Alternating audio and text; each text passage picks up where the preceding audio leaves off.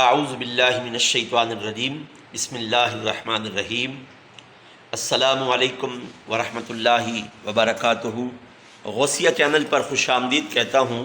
ناظرین، چینل کو سبسکرائب کریں، لائک کریں اور شیئر کریں اور اس ویڈیو کو مکمل دیکھیں۔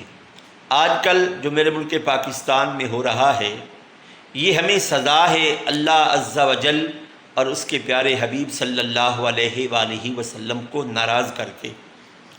بات مختصر ہے اور بات جامعہ ہے۔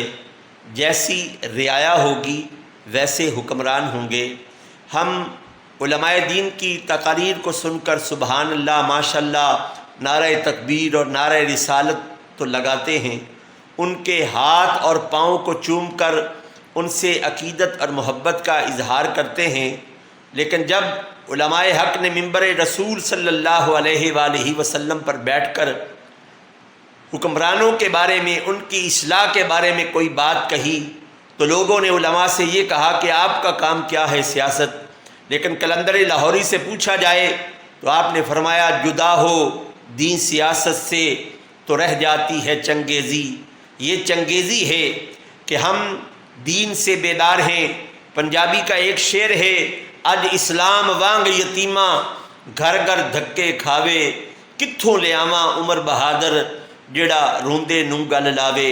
ہماری قوم نظام مصطفیٰ صلی اللہ علیہ وآلہ وسلم کے حامیوں کو اقتدار کی طرف جب جاتا ہوا دیکھتی ہیں تو ان سے کہتی ہے مولوی صاحب، آپ کا کام صرف مسجد میں نماز پڑھنا ہے، جنازے پڑھانا ہے، ختم دینا ہے۔ یہ سیاست میں صرف بدماشوں کا کام ہے، سیاست میں صرف اہل ثروت لوگوں کا کام ہے۔ یاد رکھیے، جب ہماری سوچ یہ ہوگی تو پھر ہمیں حکمران بھی ایسے ملیں گے۔ ہمیں اپنی سوچ کو بدلنا ہے۔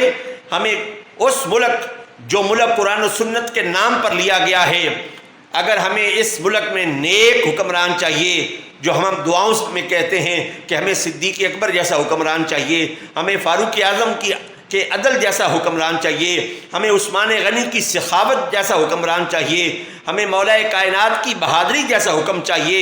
لا الہ الا اللہ محمد الرسول اللہ صلی اللہ علیہ وآلہ وسلم کی حکومت ہو کہ پاکستان کا مطلب کیا؟ لا الہ الا اللہ۔ دستور ریاست کیا ہوگا؟